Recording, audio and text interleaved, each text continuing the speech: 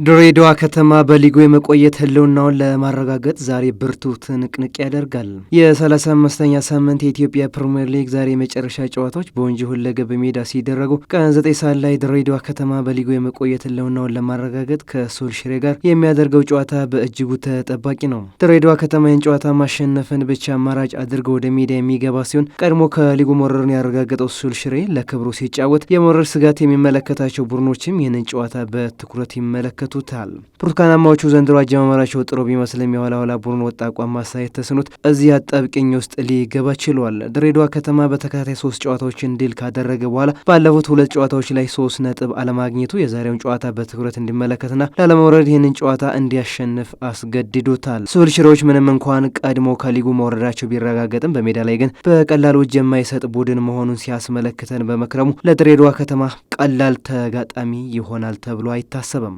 ድሬዳዋ ከተማ አሁን ላይ በደረጃ ሰንጠረዡ በ40 ነጥብ 15ኛ ደረጃ ላይ የሚገኝ ሲሆን ይህን ጨዋታ የሚያሸንፍ ከሆነ ነጥቡ ወደ 43 ከፍ ማድረግ በሊጉ የመቆየት ህልውናውን ያረጋግጣል። በአንጻሩ ሽንፈት የሚገጥመው ከሆነ በሊጉ የመቆየት እድሉ አጣብቂኝ ውስጥ ሲገባ በቀጣይ ሳምንት በሚደረጉ ጨዋታዎች ላይ የመውረድ ስጋት ውስጥ ለሚገኙ ቡድኖች ሌላ እድልን የሚከፍትላቸው ይሆናል።